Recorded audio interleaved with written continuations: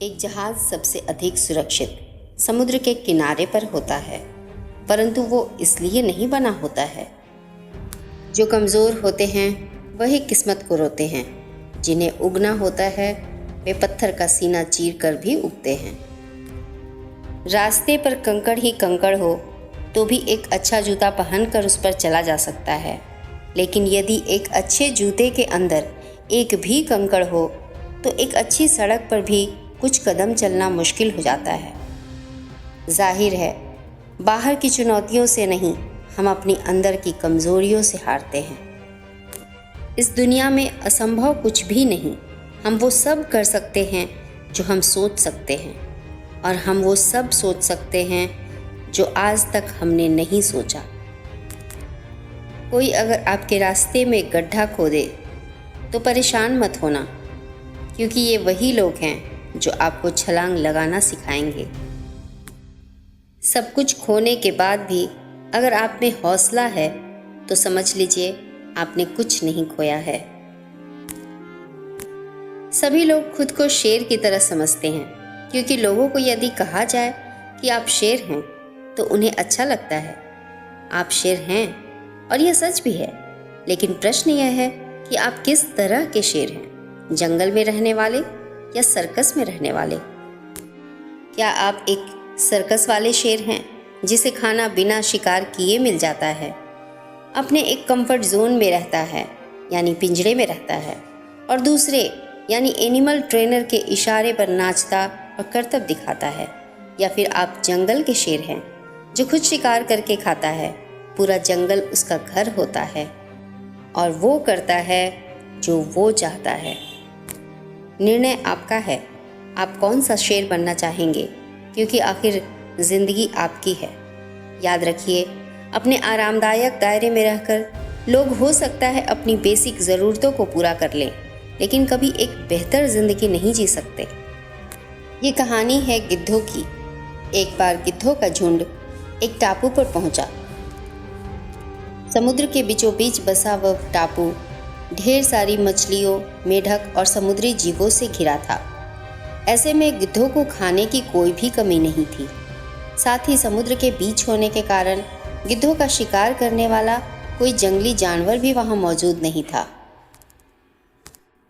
इस झुंड में ज़्यादातर गिद्ध युवा थे। उन सभी ने सोचा कि वो अब यहीं रहेंगे और इस आरामदायक जीवन को छोड़कर कहीं नहीं जाएंगे। इन युवा गिद्धों के बीच एक बूढ़ा गिद्ध भी मौजूद था। उसे चिंता थी इन युवा गिद्धों की, जो जीवन का वास्तविक अर्थ समझ नहीं पाएंगे। ये आरामदायक जीवन की चाह में चुनौतियों का सामना कैसे कर पाएंगे।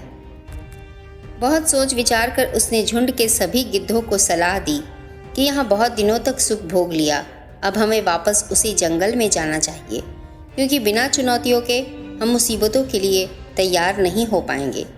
सभी युवा गिद्धों ने आराम की ज़िंदगी छोड़कर वहां जाने से मना कर दिया। बूढ़े गिद्ध ने समझाया, बैठे बैठे खाने की वजह से तुम सब उड़ना भूल सकते हो। परंतु उस बूढ़े गिद्ध की बात किसी ने नहीं मानी। बूढ़ा गिद्ध अकेला ही वहां से चला गया। कुछ समय बाद बूढ़ा गिद्ध वापस उस टापू पर युवा गिद्धों की तलाश में गया। वहां पहुंचकर वह अचंभित रह गया। वहाँ गिद्धों की लाशें पड़ी थी। वहीं कुछ गिद्ध ऐसे थे जो लहूलुहान और घायल पड़े थे। बूढ़े गिद्ध ने घायल गिद्ध से पूछा, ये सब कैसे हुआ? उस गिद्ध ने बताया, हम सभी मज़े से ज़िंदगी जी रहे थे, लेकिन एक दिन एक जहाज़ आया और टापू पर चीते छोड़ कर गया। हम उड़ना भूल चुके थे, हमारे नाखून पंजे कमज़ोर पड़ चुके थे, हम अपना बचाव नहीं कर पा रहे थे। ऐसे में चीते ने एक एक करके सबको मार डाला और इसी वजह से हमारी ये हालत हुई। ये कहानी बताती है हमें हमारा कंफर्ट जोन छोड़ना बहुत ज़रूरी होता है, वरना हमारे कौशल में जंग लगते देर नहीं लगती। कंफर्ट जोन, जहाँ सब अच्छा लगे वो है कंफर्ट जोन, और जहाँ निकलने से थोड़ी सी भी तकलीफ हो वो है थोड़ी सी सफलता का जोन। सफलता के जोन में तभी जाओगे जब अपने कंफर्ट जोन से बाहर निकलोगे। दोस्तों, कहानी के इन गिद्धों की तरह इंसानों के साथ भी यही होता है।